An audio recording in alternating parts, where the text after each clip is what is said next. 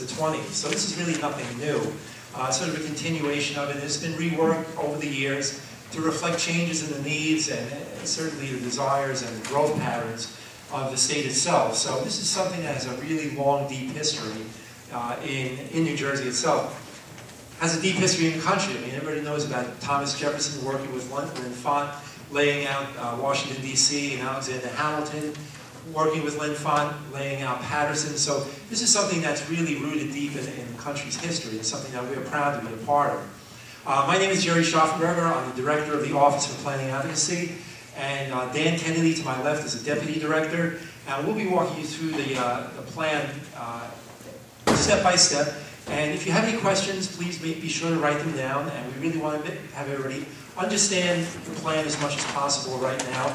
And if you have any questions, and we have staff folks outside too who'd be more than happy to answer questions. We also have folks here from the administration, and I'm going to call on a few of them just to raise their hand. Rick Brown from DEP. We have Susan Weber and Jim Lewis from DOT. Right there. We have Chris Stark from the governor's office.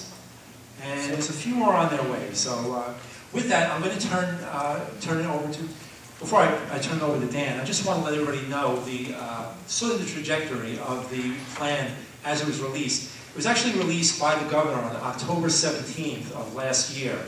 And he had a press conference and he rolled out the plan and also Executive Order 78 that's associated with the plan. And we've been doing these hearings since, the first one was February 13th. And there's going to be a 30-day comment period after the last hearing, which is scheduled for this Thursday. So even after tonight, you will have opportunities to put in written comments. So we really implore you to give us written comments as much as possible. It's very helpful to have something tangible to refer back to so we can tell from the meeting context exactly what you wanted to see and what you wanted to say about the plan itself. With that, I'm going to turn it over to Dan now, and then we're going to both be able to answer questions for you in a little bit. Good evening. I'm going to keep my comments to about 25 minutes to give us about 15-20 minutes of question and answer before we take a short break and get into the public hearing section. Thanks, Jerry, for the introduction. My name is Dan Kennedy. I'm Deputy Director of the Office for Planning Advocacy. This office had been formerly known as the Office of Smart Growth, formerly known as the Office of State Planning. Back in different administrations, it had different forms, was structurally positioned under different departments. First under the Treasury, then under the Department of Community Affairs. Recently, through a reorganization plan, our office was moved under the direction of the Lieutenant Governor within the Department of State, housed within what's called the Business Action Center, which includes basically the business attraction and retention efforts that go side by side with the EDA's efforts, and also side by side the efforts of Choose New Jersey. So this partnership that we have includes planning. So we are the folks that are trying to get the planning efforts back on track in the state of New Jersey. As Jerry mentioned, statewide planning has been something that New Jersey has done since at least as early as the 20s. The modern version of the state plan came about as a byproduct of the State Planning Act, which was adopted by the legislature under the Kane administration. There have been two versions of the state plan adopted in the state in the last 20-25 years. This would be the third version of the plan. Can I see just a show of hands? How many people in the room have been involved with either cross-acceptance, plan endorsement, center designation, something about the state plan in the past? Okay. So everyone knows that we have the concept of planning at the state level has been around for quite some time. There have been some successes and not so successful stories as a result of the state plan efforts. So today we're going to try to walk you through what we see for the future of state planning and how we think we can transition the existing form of state planning into that vision. Walk you through the plan development process, which goes back in a real way to 2004. when the State Planning Commission started the cross-acceptance process, which is the process required by the State Planning Act to revise and re-adopt the state plan. That's supposed to happen by statute every 3 years. Last I checked, it was 2012. The last plan that was adopted was in 2001. So this administration inherited a product as a result of most of the phases of the cross-acceptance being completed that had a lot of disagreement with local government. This disagreement wasn't something we concocted or kind of made up. This was something that was documented through the cross-acceptance process from the ground up, from local government.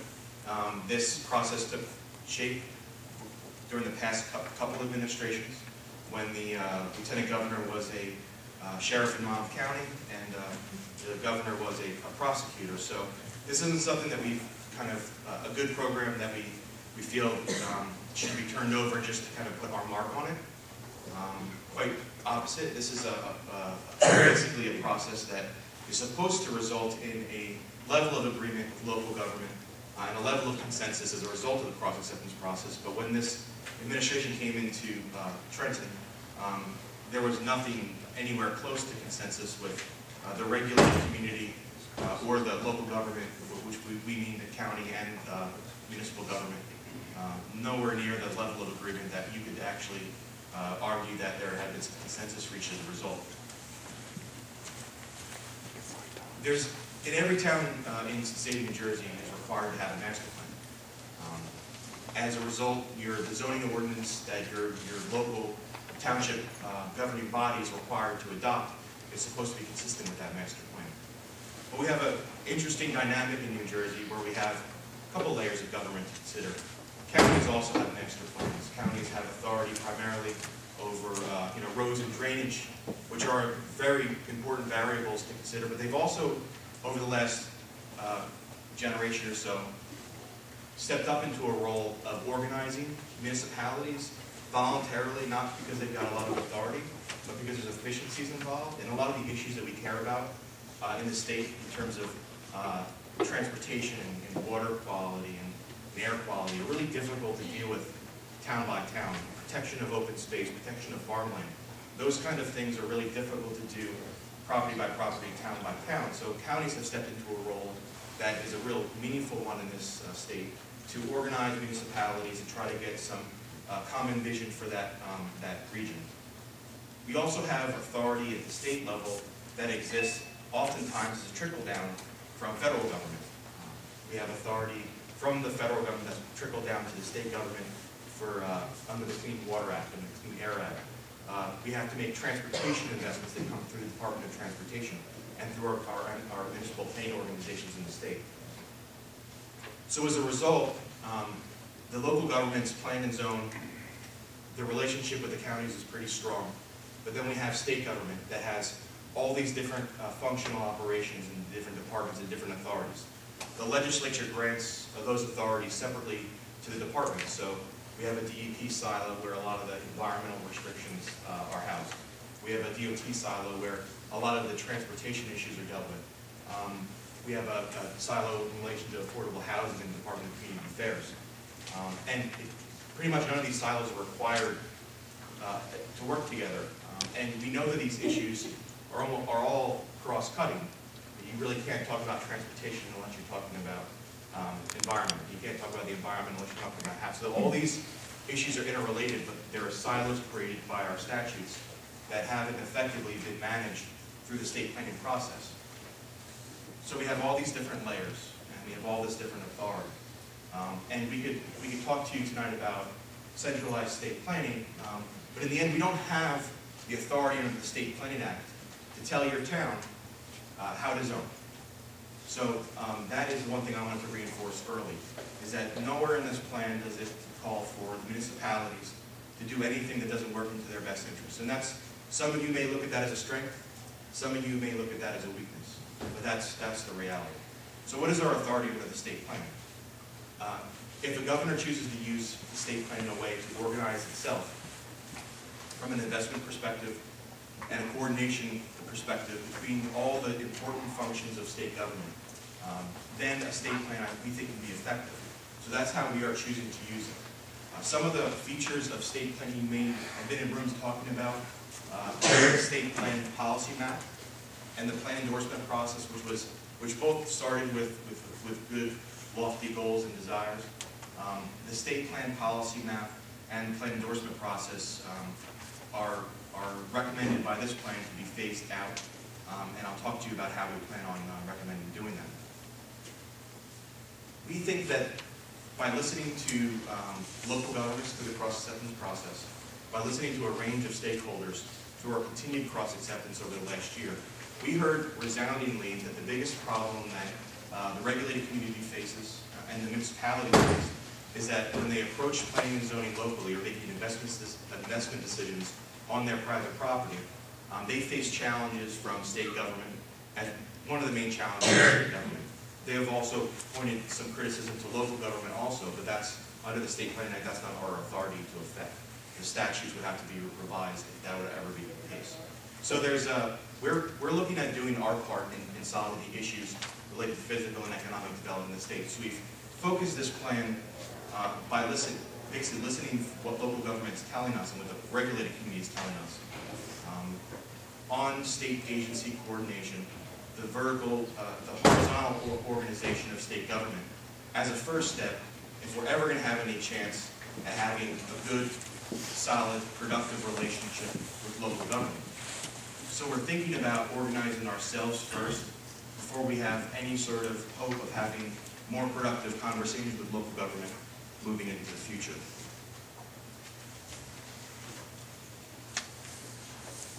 The solution for the state plan policy map, we have one of our attachments to the state plan is a linkage document that discusses all the linkages between the State Planning Act, the State Plan Map, and state programs, statutes, regulations, and requirements. And the State Planning Act requires us to identify areas of the state that are suitable for growth, limited growth, and conservation and agricultural kind of uses. We don't think that requirement means that we have to produce a map.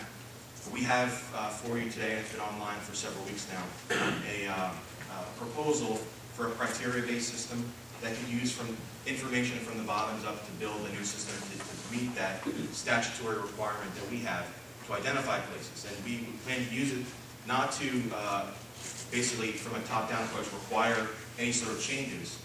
It's basically for us, the state level, to identify where can we back up the local desires with investment priority and also permitting flexibility. And it just doesn't mean development. There's priorities that we need to be very serious about in this state that have to do with growth from a physical development perspective, actually building things or having things redeveloped. There's also investments that need to be made in this state related to land preservation. We know that when we preserve a farm, we don't necessarily always buy that farm. We buy it, we preserve the farm with the goal of keeping agriculture viable. So what are the investments we need to make to keep the agricultural industry viable? What are the investments we need to make in our already preserved parks to make those assets as viable as possible moving forward? So there's investments that we prioritize on both sides. So this is not just about economic growth, but it's also about preservation in the context of how we can preserve land and voluntarily from willing sellers using compensated programs and innovative planning tools to see that preservation can happen at a lower cost to state and local governments, but also respect the fact that this is private property, and if they don't want to sell, they don't have to. Some of the tools that we talk about in the plan in relation to our preservation goals are not related to outright purchase of properties.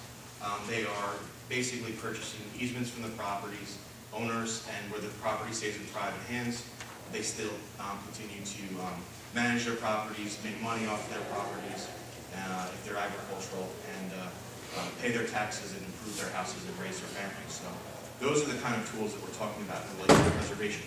We are not heavy-handed in this plan in relation to regulation because we feel that our preservation goals can be met through more willing seller and willing buyer relationships using our tools under the municipal land use law that can be improved, and also the fiscal tools that we have now and can generate with being more creative with our resource and revenue coming in to make sure that we have revenue for land preservation moving forward without being an exorbitant burden on the tax base.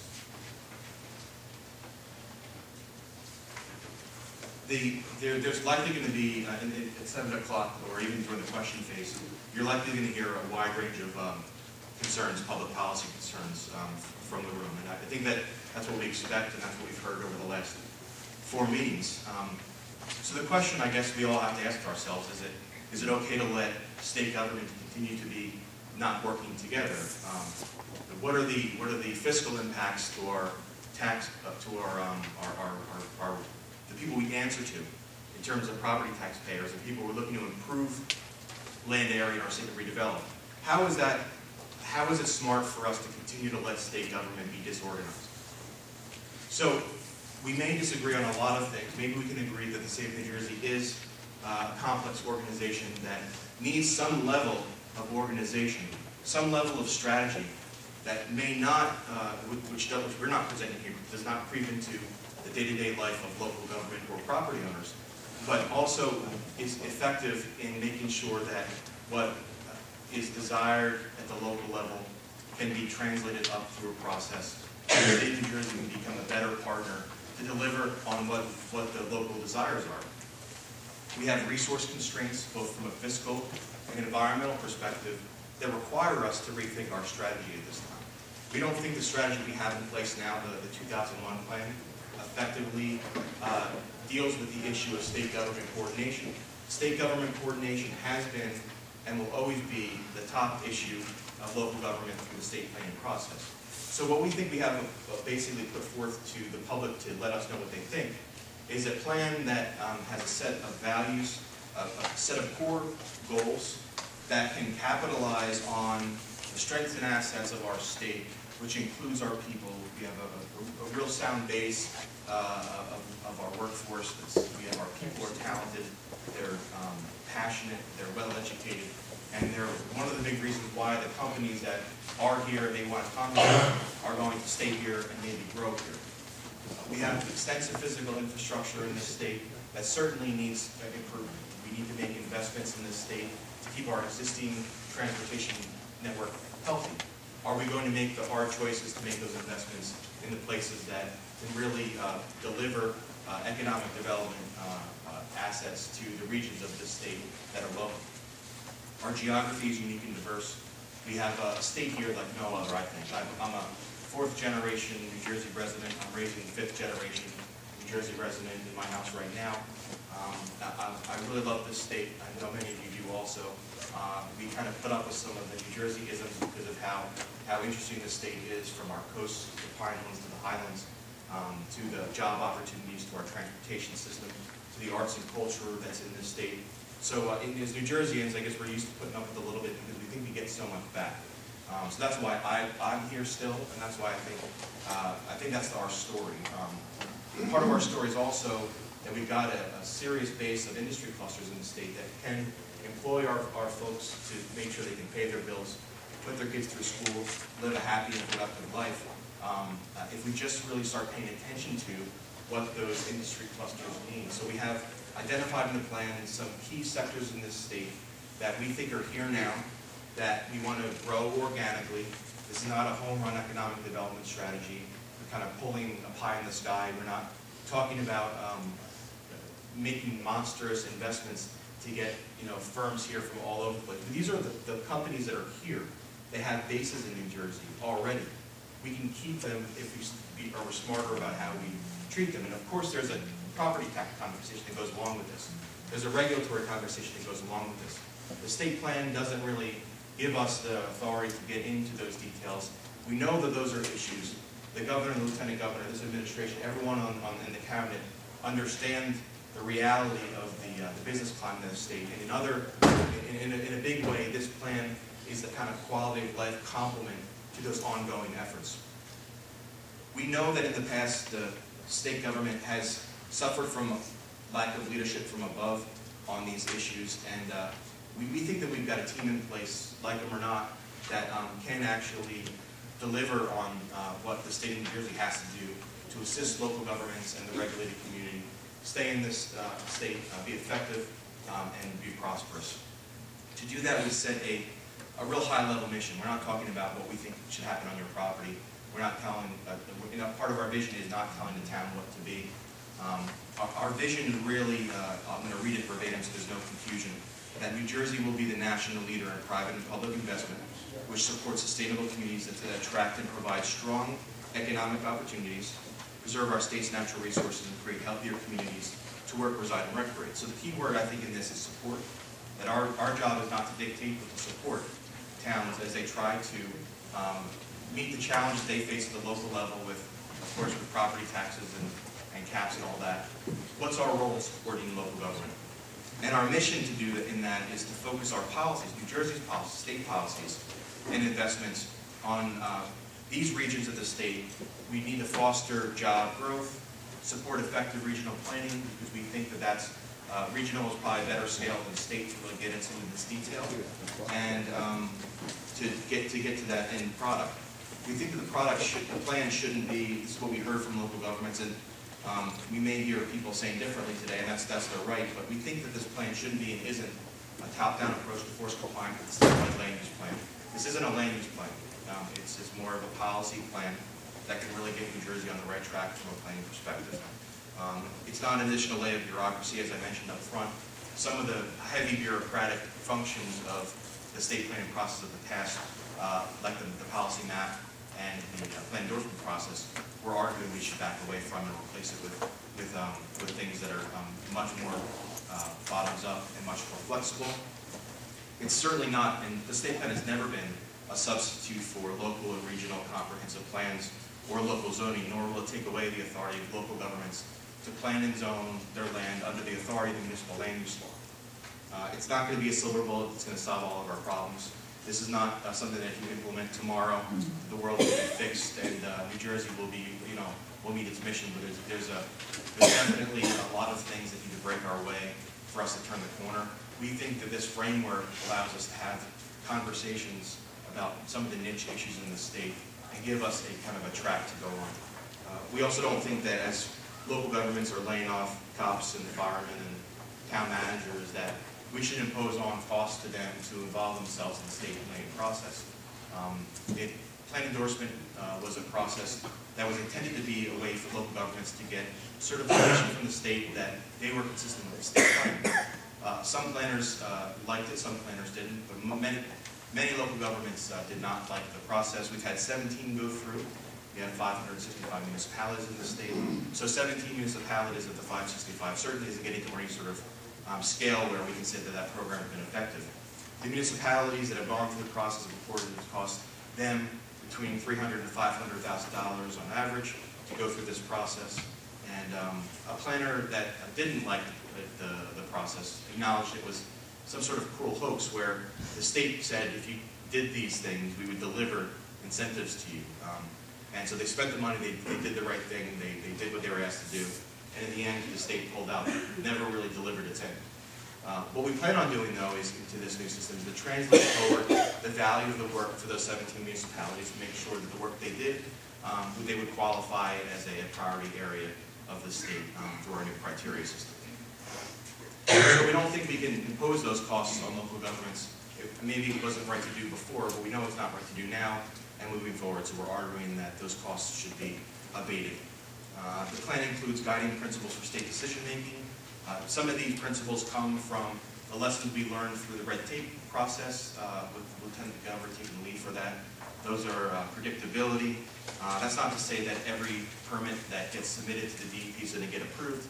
What we're saying is that the state of New Jersey will offer a clearer path and quicker answers, and the path and answers offered by one department will not deviate significantly from another department. So you're not going to get, one department doing this and one department doing this, where you don't really know how to comply with the state requirements because it's impossible to meet the requirements of one agency or the other. So basically, the fact that we have is a no without anyone telling you. You basically have to spend a lot of time and money to get to that point where you just give up. So predictability could be a principle that can make the fiscal and the relationship with local government stronger. Spatial efficiency, this is our way of saying that we're going to place value on making investments in areas where infrastructure can be supported in ways that we keep our long-term service costs manageable. That we think up front when we make investments on infrastructure, how is that going to impact the long-term costs to our current and future residents because we have to deliver services for some of these things forever.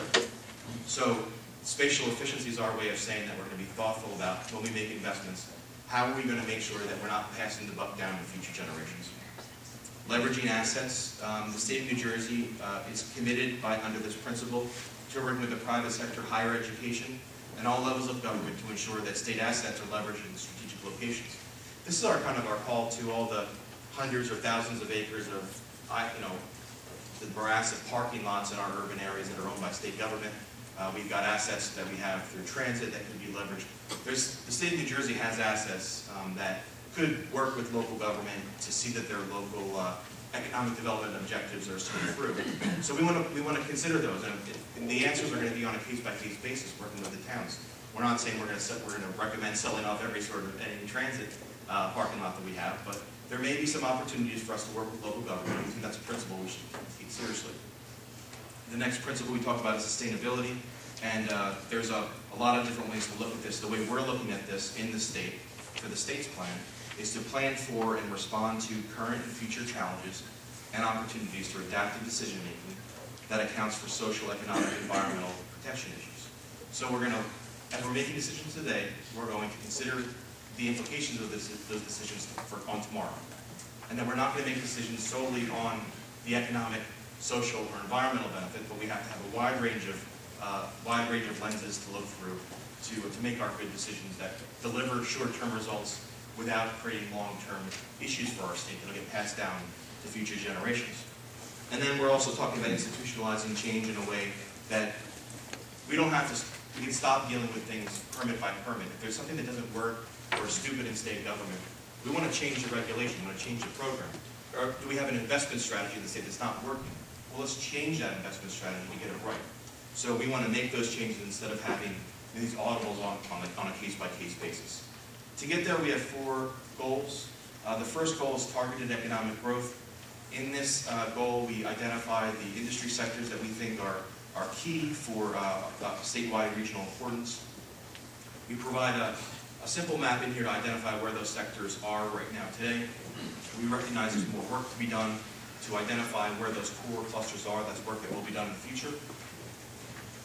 We think we want to identify conditions for sectors of statewide significance that are not ideal right now, working with stakeholder groups from those industries, then translate that to action in local and state government, and then share what we've learned with local government to see that if they want to attract and retain firms that the state also has interest in, we can start working together on that through collaborative processes.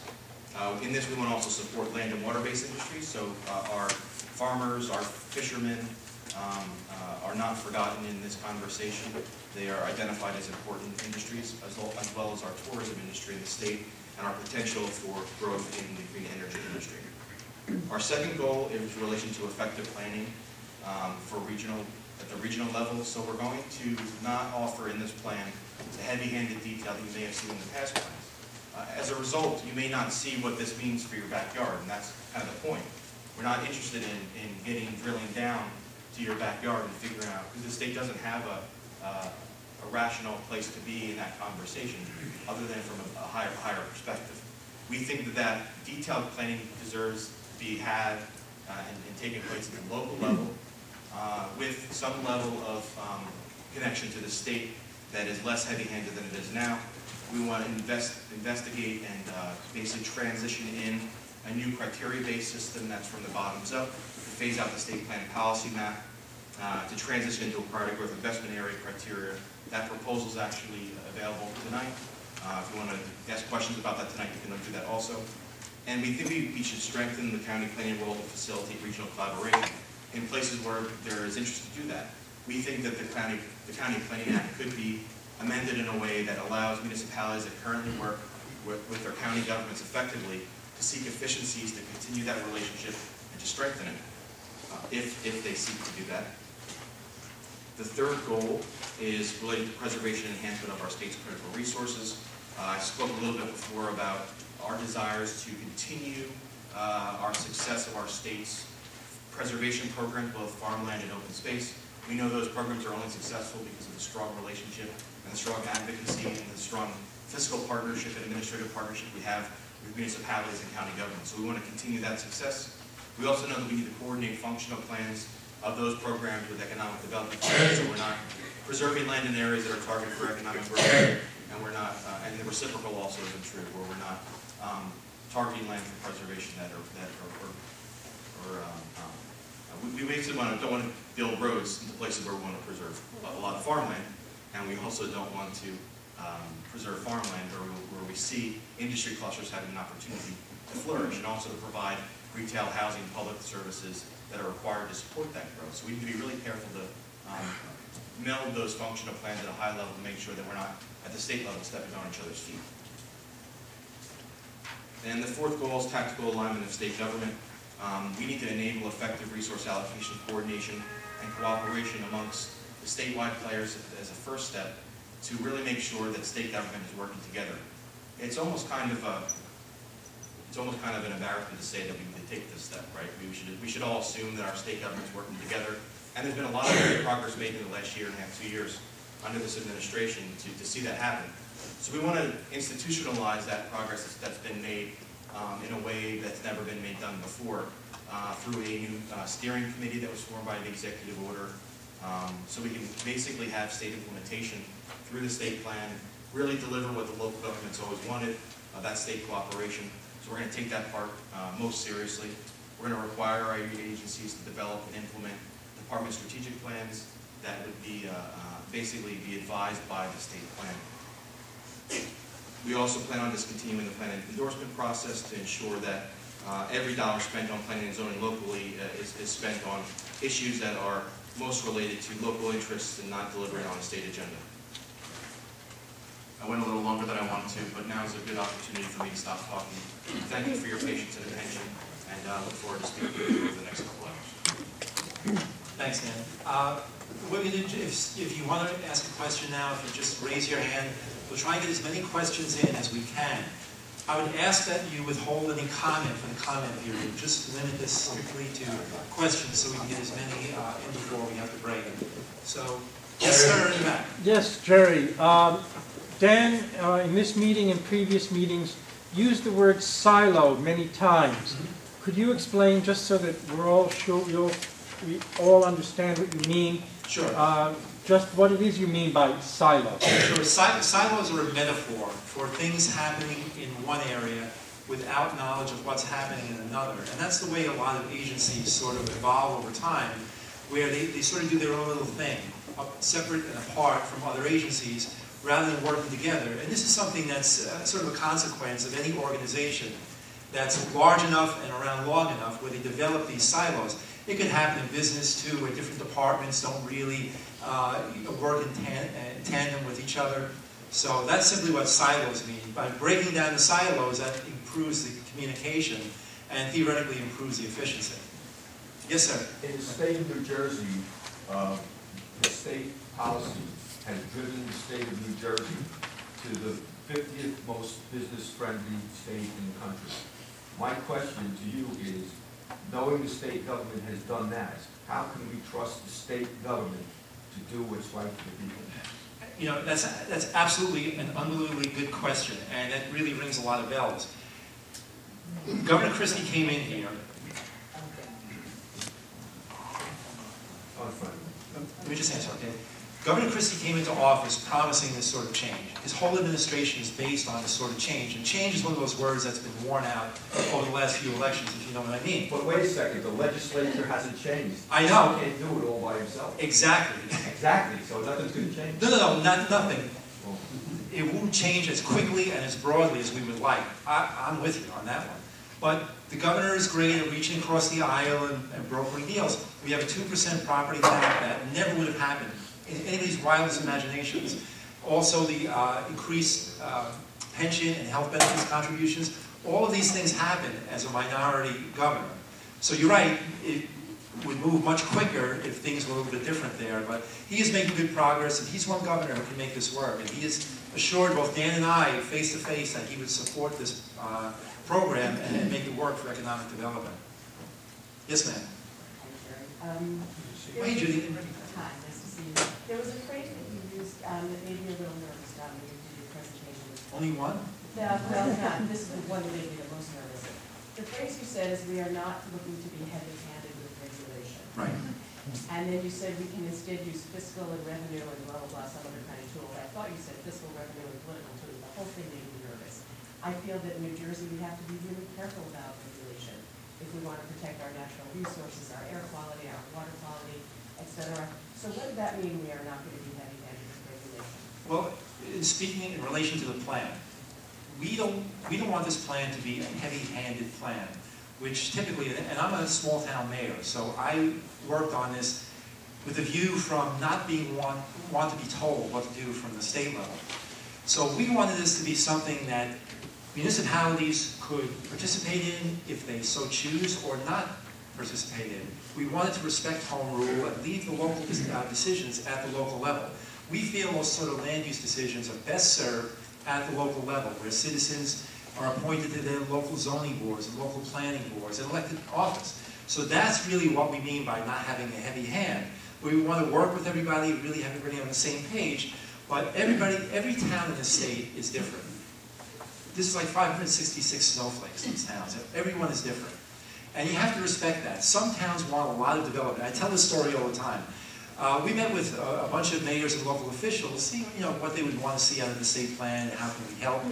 We had one person, one mayor, a friend of mine from a town in Monmouth County. He said, listen, we don't want centers, we don't want sewers, we don't want sidewalks, we want to be left alone. We're a horse community and we want to remain that way. The other side of the table is another guy saying, we want all the development over here, we want to develop. So that's the sort of diversity of opinion on their development destiny that we're trying to respect and protect. And that's what we mean by not having a heavy hand, by forcing something down from Trenton and leaving these sort of decisions at the local level. What about regulation on industry? Where does that come into play in the state plan? Well, regulation. Air pollution laws being stricter in New Jersey than they are in other states, for instance. Well, each agency has their own regulations. What Dan mentioned before with breaking down the silos and trying to eliminate the restrictive regulations or the conflicting ones is really the ones that are most bothersome to industry. Don't forget, we spoke to a lot of industry folks, a lot of businesses who come to New Jersey, and they say, the regulations are killing us. You can't operate a business in here. So one of the things that the lieutenant governor and the governor want to do is identify the regulations. So if you go to DEP, you don't get one story and go to DOT and get another story in DCA, like everybody in the room here, DCA and Department of Ag and so on. So we're trying to identify them and eliminate those regulations so businesses, number one, have predictability. They don't want to spend $300,000 or $400,000 on a lot of consultant studies and everything, get tired of regulations where they end up throwing up their hands and saying, we're out of here, we'll go to Texas, we'll go to Pennsylvania. So that's what we mean by the regulations. And it's smart. I mean, to undo the tangle. And Judy, they are legion. When you see the number of regulations in this state, the lieutenant governor has made a tremendous stride with the Red Tape Commission, where they're going to undo a lot of these regulations already. But this is really going to help bring everybody to the table, identify them, and settle them. I just want to go into different questions, so it's so limited, okay? Yes, ma'am. Yes. What exactly is the steering committee, or better yet, who's going to be on it, and what law authorizes such a committee? Well, the steering committee is something that's going to be chaired by the lieutenant governor, and on the steering committee are going to be representatives from various agencies within state government. And what they're going to do, they're going to get together and they're going to be able to identify the regulations that I was just speaking about. That's where the rubber's going to meet the road as far as undoing these sort of regulations, getting everybody's action plans together, the action plans that are really going to make this plan work within the agency levels. Okay. Yes, ma'am. I have a question, which I actually asked of the Red Tape Commission and presented at the time they were having public hearings. I'm still not finding it addressed in what I'm reading in the state plan. Okay, I'll try and answer, but it's a red tape. How do you plan to protect our water supply watersheds, especially when the watersheds are more than one town? You cannot always guarantee that there has to be something above just the municipal level if you really want to protect your drinking water in the state. Well, I mean, DEP and their regulations are still going to be in effect, certainly. What we don't want are duplicate or conflicting regulations. So when we talk about regulations, it's just operating smarter, not necessarily recklessly or more heavy-handed, but somewhere where you can align them where they don't fight each other. So that's still going to be in effect, and that's where the protection is going to come. Yes, sir. Could you explain a little bit about the timing of the commission's action after the comment period ends, and what you expect to happen with the draft plan in terms of its implementation after that? Sure. There's a 30-day period after Thursday's meeting, which is March 1st or March 31st, when you can submit written comments. So legally, we have to, give 30 days. We're going to work on revising the draft that's up there now, Dave, and then we're going to post a red line version with any changes or additions or revisions to it. And then the SPC will consider that draft, the revised draft, in probably April, because we have to have, statutorily, we have to have this done 60 days from the last meeting, the last public hearing. So that's sort of the timeline. On the State of New Jersey website, in the Department of State, right where the draft is right now. How about something in the back? Yes, yeah. No, all the way in the back, yep. Yes, hi. You're mayor, I think, of a neighboring Homedale. And I think you're probably aware of what's going on in Homedale as far as the sewer service extension permits. Yes. And the original state plan had designated planning areas, environmentally sensitive areas, especially for watersheds, that the other young lady spoke to. Right. And what I'm concerned with is, if there's such a fight for economic recovery in this town, and in this state, what will happen to the supplies, as this woman mentioned about our watersheds? Right. And the extension of sewer service areas into those watersheds, which are supposed to be basically remained as rural and collecting water instead of dispersing water to the oceans. Well, keep in mind, all of those planning areas that exist now under the old plan, they'll be translated into priority growth areas or priority preservation areas. So it's not like it's going to be open season on one or the other, they'll be translated into the new system. Okay, just to follow up on that, Uh-huh. you spoke about conflicts and trying to be consistent. Right. And as far as I can see, Manasquan, you're taking sewer service areas out of that watershed, but the DEP is trying to extend them into the Homedale watershed, Right. which does not make sense. There's an inconsistency there. We're getting into sort of specifics. If we can keep it general to the plan. Well, Those are that's sort what I'm of, saying. Watersheds should have certain specifications on extensions of growth, and sewer service areas are the stimulus for growth. right. And the DEP regs will still be in effect. So this plan is not going to undo a department. So that'll still be governing those sort of decisions.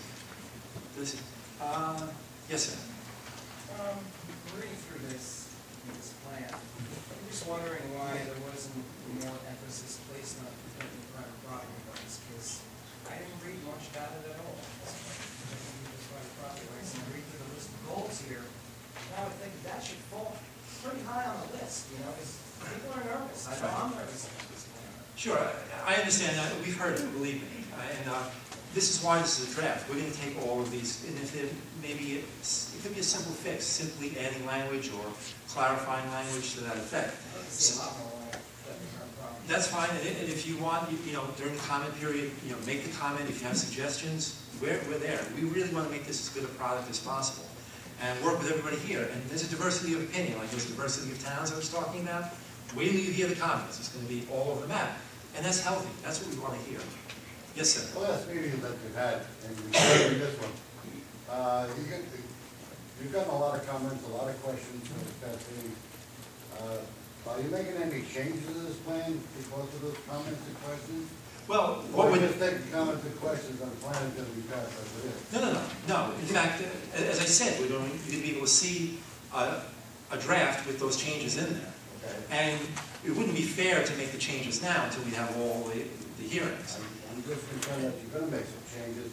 Yeah. Because the citizenry are asking for changes. Sure. And you have to understand, I understand we're not stakeholders, but we don't know, who the stakeholders are. I answered your question, I think, right, that we are? Yeah. Okay. Somebody different. Young lady in the burgundy. I came all the way from Ocean County. We have a beautiful college there that I'm sure the people from Ocean County would love to hear about the plan. I know you have to only have 6. The Ocean County is a very large county. You say it's going to affect every town in the whole state. Why wouldn't we be able to have a hearing in Ocean County? We have standing room only here. Right. A lot of people came here from that county to hear this, and I'm sure a lot of them couldn't make it this far. We came like 40 miles or so in this weather, not this weather, but this time of year. And More than 60 degrees. yeah, here, and it's just a little bit inconvenient for everybody. Yeah, I understand, and that's, the administration has decided to go with the 6. Yes, sir. I wonder Yes. who gets the approval of this whole plan? The State Planning Commission, they will vote on the final version. Not the legislature? No, the Why SBC. not? And who elected? Well, that's the way the law is. Well, who elected these people? Well, they're appointed by the administration or prior administration. One at a time, please. This is the way the law was written in 1985, so this is what the administration inherited. So we have to follow the law. The statute says this. So, yes, sir. Yeah. Yep. Yeah. Hi. I had a question. I'm not sure if it was covered, but as a policy plan, there's been a lot of talk about consolidation and shared services. Right. Does this dovetail with that concept? Well, I mean, broadly, I guess, yes, it's something that we would like to see. That's a little bit different animal because that's a lot of legislative things. Now there was a bill, S2, that was just passed about consolidation, and it's a good first step. Now I'm talking like a mayor, it doesn't go far enough because there's a lot of impediments to shared services. But it's a good step in the right direction. So that's the sort of thing. I like the idea of shared services and consolidation voluntarily. I don't like towns being forced to do it. I think it's wise to let them do it when it makes sense to them and it makes sense to the residents. So, but I mean that's again just me. Yes, ma'am. Yes, who makes up this state planning commission? Who are these people? Who are these people? It's a mix of public members and also cabinet members. Public meeting? Public meeting folks from around the state.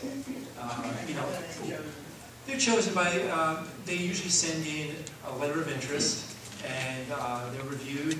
Then they go before the Senate for confirmation and if they're voted on, and they're put on the commission. So.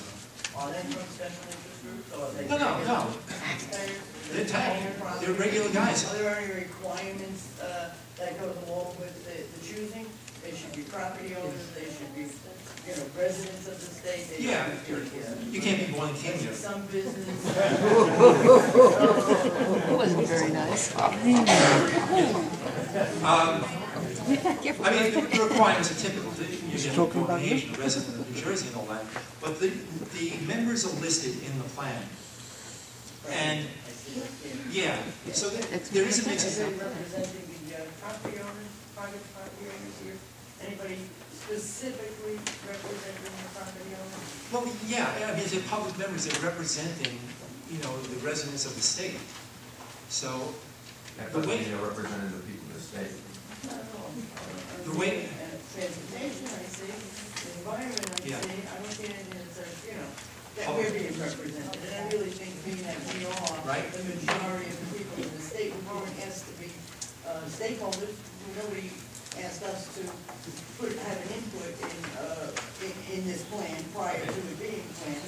Right. But that answers your question about the SPC. That's how it's done. My question at all. Well, Get more questions. Okay, I'll answer it again.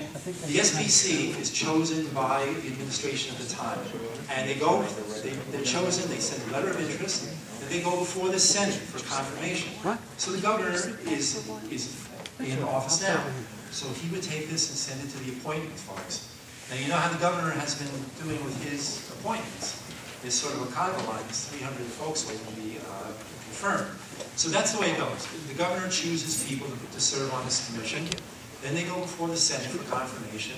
If the Senate confirms them, then they become city Can I members. just add one simple thing to that? Does Yeah. the balance of the Senate also have an effect on, who gets accepted and who doesn't?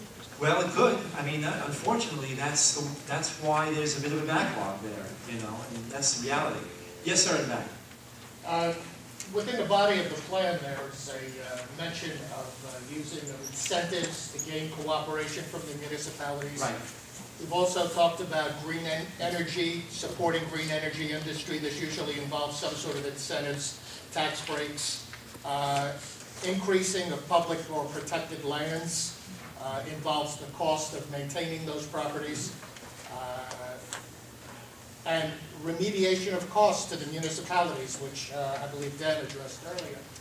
New Jersey is blessed with being 3 years in a row the state with the highest per capita tax burden.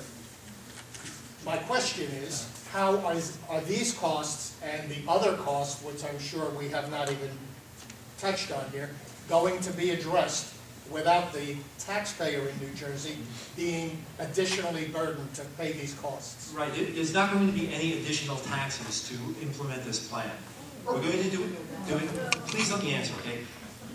We're going to do this with existing funds now. That's another thing that all of the agencies are going to have to do, is identify, because all of these agencies like DOT and DEP have to do their part for the infrastructure. And that's existing money, it's not going to be any additional. Yes, we'll take one more and two more, okay? Shelley. Okay, looking at the resolution for the number of meetings, public input meetings, that resolution says that there shall be at least 6. It does not say 6 and only 6. Now, it's referred to someone anonymously in the administration having decided only 6. Who was that? I couldn't tell you. Well, can we find, because that is against the resolution. Unless it's Governor Christie or Lieutenant Governor Guadagni, they don't have the authority to override that. And we would like to have one per county. I think every one of these meetings I've been at, everyone has said there are not enough meetings. We want more input. And as you just said, there's 60 days until you produce this other plan.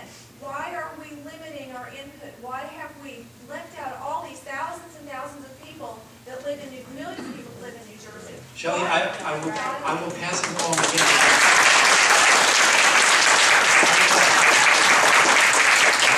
I'll pass it along to the administration. I have 2 questions. Okay. If the state is broke, where is the money? It's from existing budgets that already exist. the bills first. And the second question? My second question is, I'm flabbergasted, as many people in this room are, that there was no public notice of this. If there was, it was probably done in a way where most of the people who live in the state of New Jersey were unaware. Let me finish. Okay. Secondly, is there any place where anyone who could not make these 6 very limited meetings, read any of the meetings, of the minutes of the meetings, see any video? We're not taping it. We don't have video. Minutes. Every meeting should have minutes. Where can we read minutes from all these meetings that transpired? Well, we don't have the minutes posted. There's no action taken at these meetings, so. Why not? Because we're not taking any action here. We're here just for comment.